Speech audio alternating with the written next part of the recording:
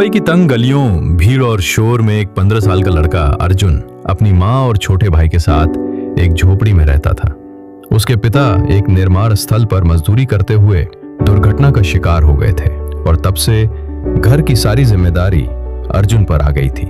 School के बाद वो चाय की दुकान पर काम करता और रात को फुटपाथ की रोशनी में पढ़ाई करता। अर्जुन का सपना था एक सॉफ्टवेयर इंजीनियर बनना, मगर हालात उसके खिलाफ थे।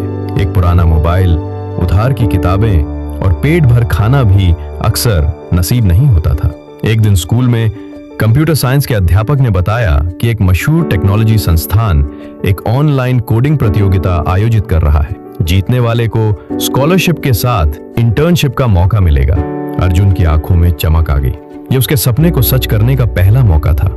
मगर जैसे ही वो घर पहुंचा, उसने अपने छोटे भाई को पेट दर्द से कराहते देखा। माँ की आंखों में चिंता और थकान थी।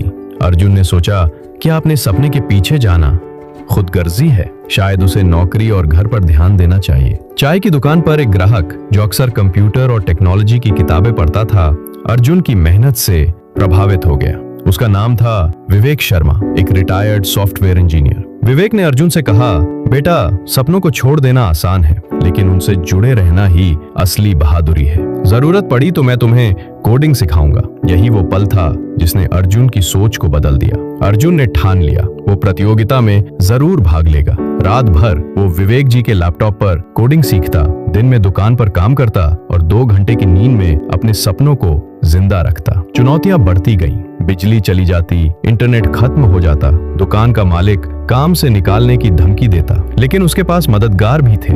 उसकी टीचर जो उसे किताबें देती थी, एक मोबाइल रिपेयर वाला जो उसे इंटरनेट देता और विवेक जी जो उसका हौसला बढ़ाते। हर मुश्किल ने उसे नया सबक दिया।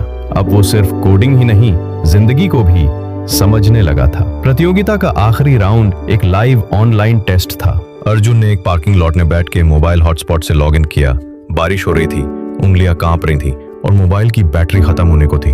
मगर अर्जुन ने हार नहीं मानी। उसने एक साधारण लेकिन शानदार एप्लीकेशन तैयार की जो गरीब बच्चों की शिक्षा में मदद करती थी। 3 हफ्ते तक कोई जवाब नहीं आया। घर की हालत और खराब होती गई। अर्जुन निराश होने लगा। वो सोचने लगा, क्या ये सब व्यर्थ था?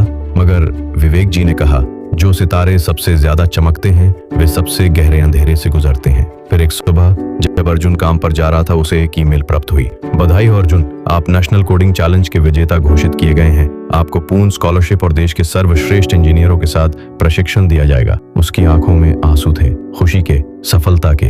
वो दौड़ता हुआ माँ के पास गया। पहली बार उसे यकीन आया कि मेहनत का फल जरूर मिलता है। अर्जुन अब शहर के सबसे बड़े टेक्नोलॉजी संस्थान में पढ़ाई कर रहा था, लेकिन उसने अपने पुराने मोहल्ले को नहीं छोड़ा। हर रविवार वो अपने झोपड़ी वाले इलाके में बच्चों को पढ़ाने जाता, उन्हें कंप्यूटर सिखाता और कहता, अगर मैं कर सकता हूं तो तुम भी कर सकते हो। एक दिन एक बड़ी टेक कंपनी का सीईओ अर्जुन से मिला और उसकी कहानी सुनी। उसने अर्जुन को अपनी कंपनी के रिसर्च डिवीजन में शामिल होने का प्रस्ताव दिया। अर्जुन ने कहा, मैं काम करूंगा, मगर एक शर्त पर। कंपनी हर साल 100 गरीब बच्चों को स्कॉलरशिप देगी। वो आम लड़का अब एक सच्चा हीरो बन चुका था, न सिर्फ अपने लिए बल्कि हजारों औरों के लिए भी। आज भी अर्जुन की कहानी उन गलियों में सुनाई देती है जहां अंधेरा ज्यादा होता है, लेकिन कुछ सितारे फिर भी चमकने की जिद करते हैं। अब वो एक सफल सॉफ्टवेयर इंजीनियर है और उसकी एनजीओ कोड फॉर किड्स हजारों बच्चों को डिजिटल शिक्षा प्रदान कर रही है। हालात जैसे भी हों, सपनों को कभी मत छोड़ो। तूफानों से लड़कर ही सितारे चमकते हैं। कभी हार मत मानो। एक दिन तुम्हारा सफर दूसरों के लिए रोशनी बन जाएगा।